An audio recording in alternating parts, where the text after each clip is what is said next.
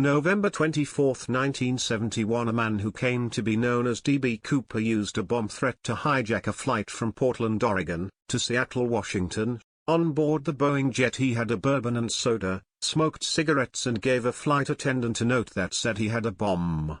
He showed the attendant a case containing wires and red sticks. The plane's captain was made aware of the hijacker's demands, $200,000 in $20 bills, as well as 4 parachutes.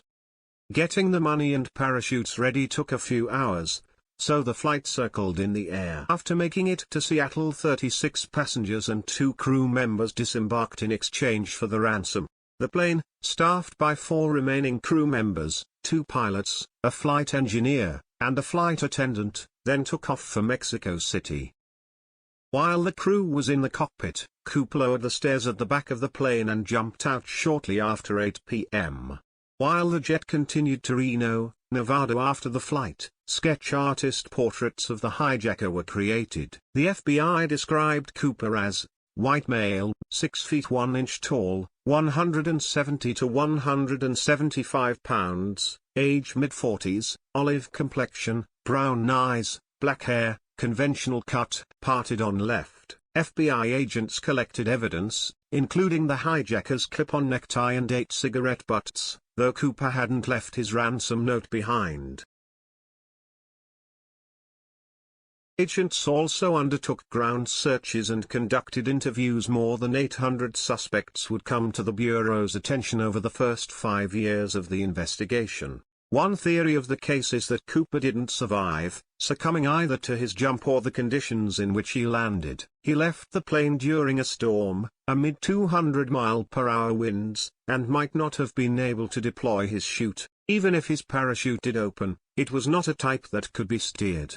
And landing in rough, wooded terrain at night is dangerous, particularly for a man wearing just a suit, loafers, and trench coat.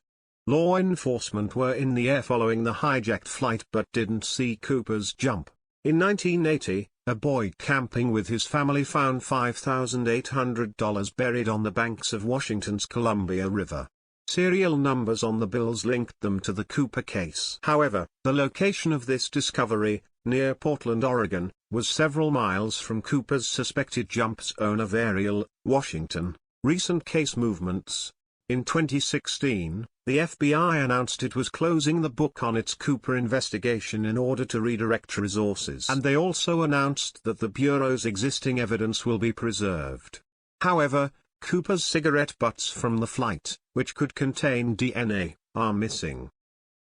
However, D.B. Cooper case is still unsolved, but the Cooper case has inspired movies, such as the 1981 thriller The Pursuit of D.B. Cooper.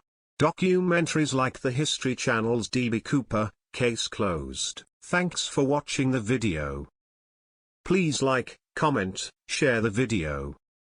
Please subscribe the channel.